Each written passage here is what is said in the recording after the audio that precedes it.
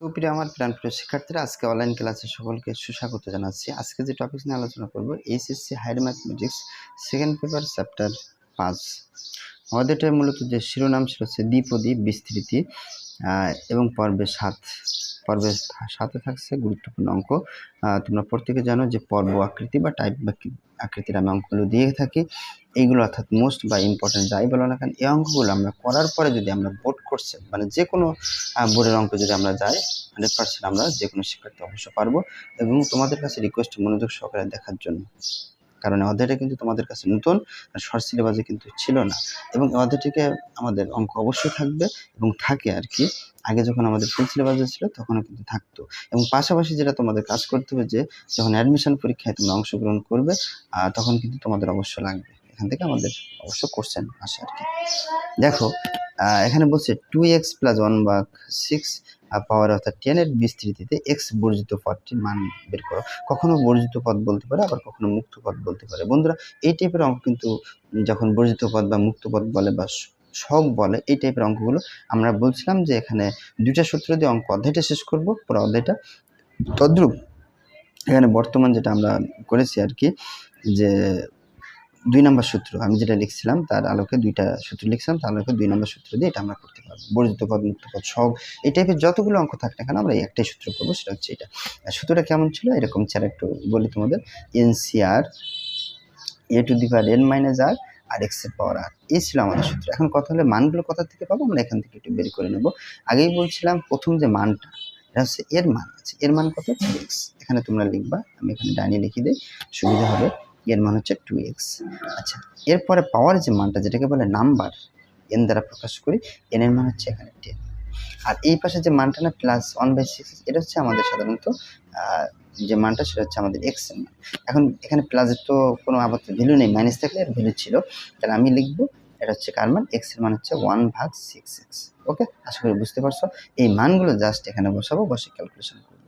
তাহলে এর মান এর জায়গায় বসানো হচ্ছে 10, আমি কি লিখবো? 10CR। তাহলে প্রথমটা কিন্তু আমার কাজ করা শেষ। এখন এর মান হচ্ছে 2x। পাওয়ারে বলছে এখানে আমাদের পাওয়ারে যেটা দেওয়া ছিল, এখানে বলছে n-r। কত বলছে? n-, এখন n কত? n হচ্ছে 10 - r। x এর মান কত? 1/6x আর পাওয়ার হচ্ছে r। আশা করি এইটুকু সমস্যার কথা না, যদি মনোযোগ সহকারে দেখে থাকো আর কি। আচ্ছা, পরে দেখো এই যে মান যেটা দেওয়া আছে সেটা একটু লিখবো আর কি।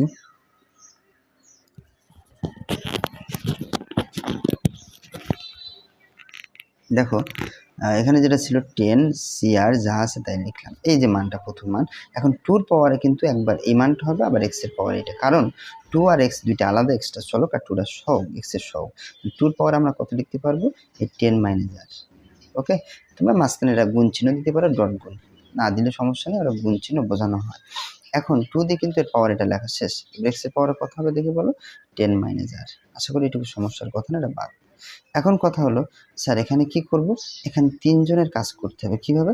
একবার 1 ভাগ করে দেবো r কে, একবার 6 ভাগ করে দেবো r কে, একবার x ভাগ করে দেবো r কে। ওকে, তাহলে 1 যখন আমি ভাগ করব 1 এর পাওয়ারে r, তাহলে 1 দিয়ে কিন্তু ভাগ করা আমার শেষ। এখন আমি কথা হলো, স্যার 6 দিয়ে r কে ভাগ করবো, 6 এর পাওয়ারে r। এখন এই 6টা r কে ভাগ করে দিয়েছে ঠিক, কিন্তু 1 যে পজিশনে ছিল সেটা কি 6 আছে? না, এটা হচ্ছে উপরে ছিল, এটা হচ্ছে ভগ্নাংশ। কি হবে? ভাগ। ভাগ যখন উপরে ওঠে তখন হচ্ছে মাইনাস হয়।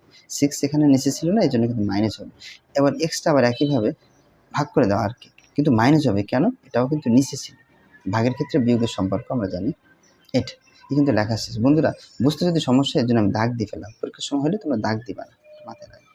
আশা করি এটুকু বুঝতে পারছো। এখন আমাদের ক্যালকুলেশন করতে হবে, যা আছে তাই 10CR, 2 এর পাওয়ারে যা আছে 10 - r, আর x এর যে কাজ করো 1 এর পাওয়ারে r মানে কি বন্ধুরা? 1 এর পাওয়ারে যদি কখনো আমি কোটি সংখ্যা দিই তাও 1, তার মানে এটা বাদ দেওয়া হবে, ফাউ লিখে লাভ নেই।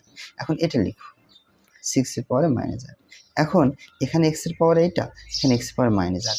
x কে দুইটা না, আমি একটা কমন নিব। x যদি এখানে কমন নিয়ে থাকি, উপরের মান কি থাকে? 10 - r। আর x তো কমন নিয়ে ফেলছিলাম, মানে বাদ দিলাম, কিন্তু উপরে -r বাদ যায়নি, এটা লিখবো -r। ওকে, এখন যা আছে তাই লিখো 10 CR, 2 পাওয়ারে যা আছে লিখো 10 মাইনাস আর, আর 6 এর পাওয়ারে মাইনাস আর। আর এখানে যদি যোগ বিয়োগ করে x এর পাওয়ারে কত হবে, 10 মাইনাস কত হবে আর যোগ করলে 2r। এটুকু আশা করি সমস্যা হওয়ার কোনোভাবেই মানে আশা করি সমস্যা নেই। যাই হোক, এখন আমরা এরপরে লিখবো প্রশ্ন মতে। তোমরা যদি মনে হয় স্যার বুঝতে সমস্যা হয় আরও কমেন্টে তো জানাবা, 6-5 পর্ব 5-6 এগুলো দেখে আসবে আর তোমাদের সুবিধা হবে। এখন দেখো একটু করার পরে এক্স এর পাওয়ারে যে কী মান আছে দেখি বলো তো, এক্স এর পাওয়ার আছে 10 এর পাওয়ার এটা। এখন লিখবা 10 মাইনাস 2, লেখার পরে এক্স এর পাওয়ারে যে মানটা আছে না সেই মানটা লিখলাম। লেখার পর এখন দেখবা এখানে কোনো কিছু লেখা আছে এক্স টু দি পাওয়ার 10 এর সহগ, এক্স টু দি পাওয়ার 12 এর সহগ, এক্স মানে কোনো সহগ আছে? কোনো কিছুই নেই। যদি না থাকে তাহলে এইটুকু সমান যে মানটা লিখবা সেটা হচ্ছে 0 লিখবে, এক কথা শেষ। বন্ধুরা আবার বলছি তোমাদের একটু, যদি কখনো এটা তো অঙ্ক, আমাদের মেন অঙ্ক, যদি কখনো এরকম লেখা থাকতো আমাদের পর্বে 6 অঙ্ক 5 অঙ্ক আমরা যেমন দেখেছি এক্স টু দি পাওয়ার 10 এর সহগ বের করে, এক্স টু দি পাওয়ার 12 এর সহগ বের করে এরকম বলে, সেক্ষেত্রে আমরা লিখতাম কি এই এক্স এর পাওয়ারের যে মানটা এটা সমান সমান ওই মানটা লিখতাম। এখানে তো আপাতত নেই, এই জন্য উপরের যে মানটা এটা সমান সমান আমরা লিখবো কি বলতো, নেই বিধায় এখানে লিখবো 0। এক কথায় যদি আমরা আরেকটা ব্যাখ্যার কথা বলি তখন শর্টকাটে অন্যভাবে আমরা যাই, এই যে মানটা সেই মানটা লিখবো এক্স এর পাওয়ারে 10 মাইনাস 12 লিখলাম, সমান সমান এটাও লিখতে পারি যে এক্স এর পাওয়ারে আমাদের কিছুই নেই, মানে এর সহগ এখানে এক কথায় কিছুই নেই, এই জন্য আমরা এক্স বাদ দিই, এই জন্য আমরা এটা সমান সমান 0 লিখি। এতগুলো লিখতে গেলে অনেক সময় অনেক সমস্যা হবে, এই জন্য আমি একটু শর্টকাটভাবে করেছি, এই জিনিসটা বাদ দিতে চেয়েছি। ওকে, তাহলে তোমরা বলছি যে এখানে নিয়ম হচ্ছে এক্স এর পাওয়ারে যে মান দেওয়া থাকবে এই মানটা ইকুয়াল টু 0 লিখবা, কারণ এখানে কোনো এক্স টু দি পাওয়ার 10 এর সহগ কোনো বার অন্য কোনো সহগ কথা লেখা নেই। এই জন্য যদি সহগ থাকতো তাহলে আমরা এটা সমান এই এক্স এর পাওয়ারে যে মানটা এটা সমান সমান এই সহগ যে পাওয়ারে 10 লিখতাম, 12 থাকলে 12 লিখতাম, এই বিধায় এখানে 0 লিখছি। এরপরে -12 লিখলাম, প্লাস 10 বসে গেলে -10, আর এর মান কত হবে -10, এটা গুণ বসে গেলে হবে ভাগ, তার মানে হচ্ছে আর এর মান কত হবে, আর এর মান হচ্ছে এখানে 5। বন্ধুরা আর এর মান আমরা পেয়েছি।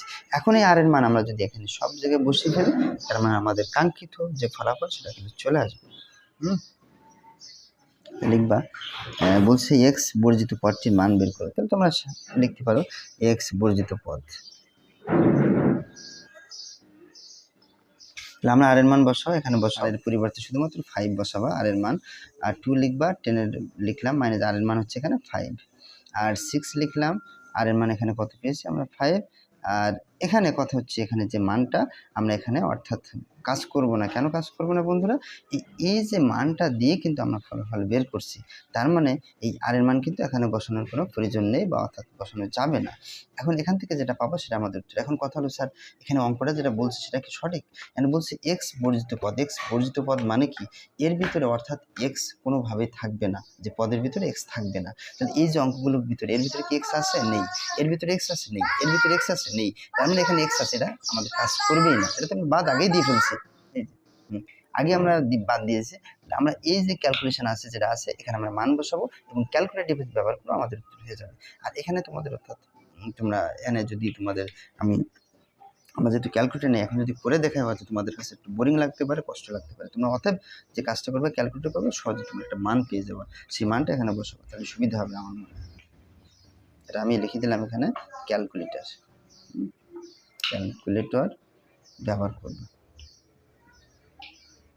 তাহলে উত্তর আমাদের হয়ে যাবে। এটা হচ্ছে আমাদের আনসার। আশা করি বুঝতে পারছো। এটা হলো আমাদের এক্স বর্জিত পদ বা মুক্ত পদ। যাই হোক, ধন্যবাদ সকলকে, নেক্সট ভিডিওতে দেখা হবে।